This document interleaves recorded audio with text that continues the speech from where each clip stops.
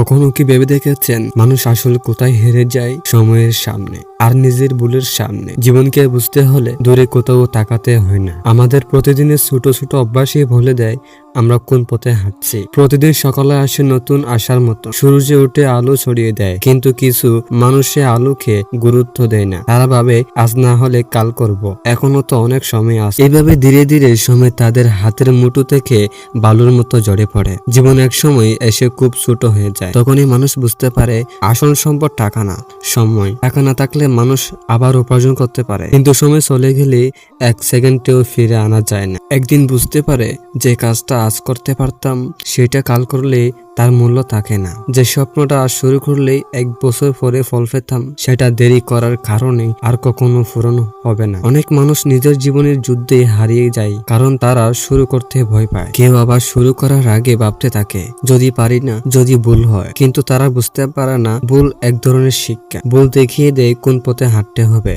সময় শেখায় মহান একটি বিষয়। যে মানুষ অপেক্ষা করতে শেখে সে শান্তি পায়।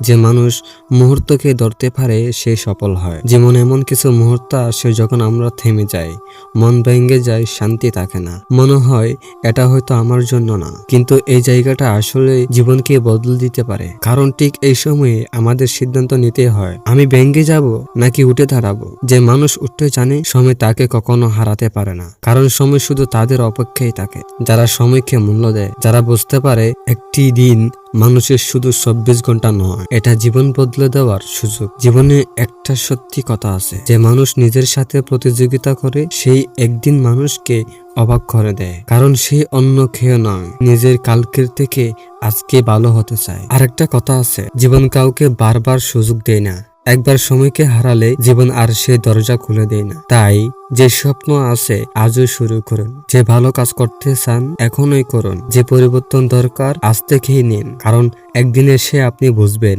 সময় ছিল আপনার জীবনের সবচেয়ে বড় শিক্ষা। সময় আপনার জন্য কখনো অপেক্ষা করবে না, বরং আপনি সময়কে ধরতে শিখলে জীবন আপনার দিকে আসবে। এটাই জীবনের বড় শিক্ষা। সময়কে মূল্য দিন।